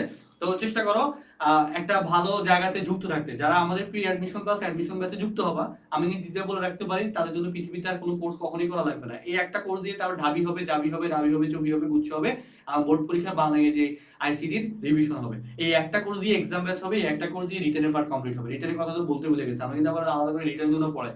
এবং এবছর গত বছর হিসাব বিজ্ঞানের যে 20 মার্কের প্রশ্ন আসছে, এমসিকিউতে 12, 8 মার্কের রিটেন, হুবহু আমাদের লেকচার শিট এবং আমাদের পড়ানো থেকে আসছে হুবহু। আমাদের লেকচার শিটটা এমন ভাবে ডেভেলপমেন্ট করা, এখানে বাইরে কোনো প্রশ্ন কখনো আসে না। এবং এবছর ঢাকা বিশ্ববিদ্যালয় ভর্তি পরীক্ষাতে সেম, ঢাকা বিশ্ববিদ্যালয়ে এবছর এমসিকিউ 12টা আসছে, রিটেনের প্রশ্ন আসছে 8 মার্ক, এবং হুবহু 20 মার্কের প্রশ্নই কমন আসছে। তুমি যদি বিশ্বাস না হয় দেখো আমার আগের প্রশ্নগুলো যাও, ঢাবি ভর্তি পরীক্ষার পরের দিনে 20টা প্রশ্ন হুবহু 20টা প্রশ্ন দেওয়া আছে, কোন সেটা কত নম্বর পেজ দেখে আছে, কোন প্রশ্নটা আসছে হুবহু প্রশ্ন দিয়ে দিছি। তো এগুলো আসলে আমরা মানে মিথ্যা কথা বলার মতো সুযোগ নেই, কারণ আমাদের পেজ বেসে যারা আছে এরা তো দেখে। আমি যদি মিথ্যা কথা বলতাম তাহলে অবশ্যই সেরা এখানে এসে রিপ্লাই করতো যে স্যার আপনার লেকশিট থেকে আসছে। আমি তো আমার কাছে তো ওদের কাছে কিন্তু লেকশিটের হার্ড কপিও দেওয়া আছে, তো ওরা অবশ্যই প্রতিবাদ করতো। তো ওরা যেহেতু প্রতিবাদ করে না, ওরা যেহেতু প্রশ্ন কমন পাইছে, আমরা যেহেতু প্রমাণ দেখাই, তার মানে অবশ্যই এখানে কিন্তু রং কিছু না। এবং আমি তোমাদেরকে এবছর বলে রাখি, এটা আমি প্রত্যেক বছরে বলে দিই যে আমার ভর্তি পরীক্ষার অ্যাডমিশন ব্যাচে যারা স্টুডেন্টরা জয়েন করে তাদেরকে আগে থেকে বলে রাখি হিসাব বিজ্ঞানে 20 মার্ক আসবে কমন, 100% চোখ বন্ধ করে দাগাই ফেলতে পারবা। ঠিক আছে? এই জিনিসটা বলে দিই, তোমাদের ক্ষেত্রে এই জিনিসটা বলে দিলাম। হিসাব বিজ্ঞানে 2025 সাল, আজকে থেকে 1 বছর পর আমার কথাটা মিলে দেখবে, যারা আমাদের সাথে ঢাবি সপ্তগুরু ব্যাচ 4.0 তে জয়েন হতে পারবা, দেখবা একদম চোখ বন্ধ করে সকল প্রশ্ন তুমি হিসাব বিজ্ঞানে কমন পাবা, একদম লাইন থেকে কমন পাবা। রিটার্নের পার্টটুকুর জন্য আমরা আলাদা করে রিটেনের টপিকগুলো সুন্দর করে সাজিয়ে দিয়েছি, কারণ 8 মার্কের 8 মার্ক হুবহু কমন চলে আসে। আর এমসিকিউতে যে প্রশ্নগুলো আসে এত পরিমাণে প্র্যাকটিস প্রশ্ন আমাদের লেকচার শিটে আছে, যে একটা স্টুডেন্ট ওই লেকচার শিটের প্রশ্নগুলো করলে ওটা 100% প্রশ্ন কমন পাবে। ওকে? তো আমি চাই তোমরা ভালো করতে, এবং আমাদের যদি প্রি অ্যাডমিশন প্লাস অ্যাডমিশন কোর্সে এখন ভর্তি হয় তাহলে তোমার কিন্তু আসলে দিনের এত সবথেকে বড় একটা অ্যাডভান্টেজ, মানে এর থেকে বড় অ্যাডভান্টেজ কিছু না। যারা ঢাবি সপ্তম ব্যাচে দেখবা যে শেষের দিকে এইসব 5,000 টাকা কোর্স ফি দিয়ে ভর্তি হয়, এরা কি শুরুর দিকে ক্লাসগুলো কয়েকটা কোর্স তাদের মিস যাচ্ছে, কিন্তু সেই জায়গাতে এখন থেকে যারা যুক্ত আছে, তোমাদের সময় তোমাদের সিনিয়র ব্যাচে যারা যুক্ত ছিল, সেম টাইম থেকে যারা যুক্ত ছিল, এরা এখনো আমাদের সাথে ক্লাস করতেছে। মানে একটা কোর্সে ক্লাস হলে 1 বছরের বেশি সময় ধরে ক্লাস করার সুযোগ থাকে। এটা তো অপূরন্ত সার্ভিস, এই সার্ভিসে কোনো শেষ হয় না, এই সার্ভিস আসলে চলমান থাকে সব সময়। তো যারা আসলে এই সময়টা যুক্ত হওয়া প্রি অ্যাডমিশন প্লাস অ্যাডমিশন ব্যাচে, তারা কিন্তু দিন শেষে তার বিশ্ববিদ্যালয়ের জন্য পৃথিবীতে আর কোনো কোর্স করা লাগবে না, একটা সিঙ্গেল কোর্স করা লাগবে না। এটা অফলাইনে হোক অনলাইনে হোক, অনলাইনে যদি সে রেগুলার ক্লাস করে একটা সিঙ্গেল কোর্স করা লাগবে না কোনো জায়গাতে। তারপরে অফলাইনে অনেকে করে মডেলের ব্যাচে জয়েন করে, অফলাইনে অনেকে কনফিডেন্সের জন্য জয়েন করে। অফলাইনের জন্য কিন্তু আমাদের স্পেশাল ব্যাচ হয়, বিশেষ করে সি ইউনিটের স্পেশাল ব্যাচ হয়, বি ইউনিটের স্পেশাল ব্যাচ হয়। তো তোমরা যারা সি ইউনিটের স্পেশাল ব্যাচে ভর্তি হতে চাও, অফলাইনের জন্য আমরা শুধু একটা ব্যাচ করি। ওই অফলাইনে একটা ব্যাচের দায়িত্বই থাকে যে ওখানে এমন ভাবে পড়াবো, কাইটা মাইরা ধৈরা ভাইটা যেভাবে হোক পড়াবো যাতে ও ভালো একটা রেজাল্ট করে। এবং পৃথিবীতে বাংলাদেশের প্রেক্ষাপটে যতগুলো কোচিং সেন্টার আছে, সবগুলো কোচিং সেন্টার থেকে সর্বোচ্চ পরিমাণে ক্লাস থাকে, সর্বোচ্চ পরিমাণে কেয়ার থাকে, যেটা কখনোই তুমি একটা কোচিং সেন্টারে গেলে তোমাকে নির্দিষ্ট ক্লাস দিয়ে দিবে, 12টা ক্লাসের মধ্যে কোর্স শেষ। বাংলা 12টা ক্লাসের মধ্যে শেষ, তার 10টা ক্লাস থাকে, 2টা সলভ ক্লাস। ইংলিশের 12টা ক্লাসের মধ্যে শেষ, হিসাব বিজ্ঞানের 12টা ক্লাসের মধ্যে শেষ। লেকচার শিট ধরবা, এত ছোট ছোট লেকচার শিট যেগুলা তোমার একটা ক্লাসের মধ্যে 2টা লেকচার শিট শেষ করে, এটা আসলে পড়ানোর মধ্যে পড়ে না। তো যাই হোক, শেষ করে দেয়। তাদের দায়িত্ব হচ্ছে কি, তাদের দায়িত্ব ওই কোচিং সেন্টার গুলো থেকে, আমি নিজেও ক্লাস দিই কোচিং সেন্টারে, কিছু করার নেই, বলার মতো কিছু না। ওই কোচিং সেন্টার থেকে যারা আসলে চান্স পায়, এরা নিজ যোগ্যতা চান্স পায়। কোচিং এর যোগ্যতা কি, কোচিং হয়তো একটা গাইডলাইন দিয়ে দিচ্ছে এতটুকু, ও নিজের যোগ্যতায় পড়াশোনা করে চান্স পাচ্ছে। কিন্তু আমরা এখানে যাদেরকে পড়াবো ওদেরকে আমাদের তরফ থেকে সর্বোচ্চ সাপোর্ট পাবে। হ্যাঁ, আমরা সবসময় চেষ্টা করবো যে ওকে এক্সট্রা কেয়ার করতে। আমাদের এখানে ঢাবির শিক্ষার্থীরা যেহেতু ক্লাস নেয় এবং অভিজ্ঞ শিক্ষক যেহেতু ক্লাস নেয়, বাংলাদেশের সকল কোচিং সেন্টারে ওদের ক্লাস নেওয়ার অভিজ্ঞতা আছে, তো তারা যখন তোমার মেন্টর হিসেবে থাকবে, তোমাকে যখন এক্সট্রা গাইড দিবে, তখন তোমার কিন্তু চান্স পাওয়ার রেশিওটা বেড়ে যাবে, তুমি ভালো করে রেশিওটা বেড়ে যাবে। এবং এখানে যারা পড়াচ্ছে সবাই ঢাকা বিশ্ববিদ্যালয়ের স্টুডেন্ট, তার মানে কি তোমার এখানে ঢাবির পোলা মানে তোমার পড়াচ্ছে, যেটা অন্য কোচিং সেন্টারে গেলে জুনিয়র টিচার ক্লাস দিত, সেখানে সিনিয়র টিচাররা তোমাদের জন্য ক্লাস দিচ্ছে। এর থেকে বড় পাওয়ার কি হতে পারে? অ্যাডমিশনে একটা কোচিং সেন্টার যা দিতে পারে তার থেকে অনেক বেশি জিনিস আমরা প্রোভাইড করি। এই কারণে আমাদের স্টুডেন্টরা ইনশাআল্লাহ ঢাকা বিশ্ববিদ্যালয় ভর্তি পরীক্ষাতে অনেক ভালো ফলাফল করে, পাবলিক বিশ্ববিদ্যালয় সবগুলোতে ভালো ফলাফল করে। এবছর দেখবো যে অনেক ফলাফল আমরা দেখাবো, এটা জাহাঙ্গীরনগরে দেখালাম, বাকি বিশ্ববিদ্যালয়গুলোতে আমরা দেখাবো। আমাদের টপ 10 কিন্তু স্টুডেন্ট আছে, নবম স্টুডেন্ট আমাদের আছে ঢাকা বিশ্ববিদ্যালয় ভর্তি পরীক্ষায়। তো আমরা চাই যে তোমরা এবছর ভালো একটা ফলাফল করো, তোমাদের সিনিয়র ব্যাচ এবং তোমাদের জুনিয়র, তোমরা যারা আছে 25 ব্যাচে, তোমরা যাতে ভালো একটা ফলাফল করো। তবে আগে থেকে যুক্ত রাখতে সুবিধা কি, টাকা দিয়ে সেভ হয়, টাকা এবং সময় দুই জিনিসটাই সেভ হয় আগে থেকে যারা কোর্সে জয়েন করতে পারে। ঠিক আছে, অনেক কথা বলে রাখলাম। সবাই ভালো থাকো, সুস্থ থাকো, আর ডিউটি বেসের সাথে থাকো। যারা চাও কোর্সগুলোর ডিটেইলস দেখতে, পেজে মেসেজ দাও, পেজে আছি আমরা ইনশাআল্লাহ। ঠিক আছে, আল্লাহ হাফেজ, টাটা।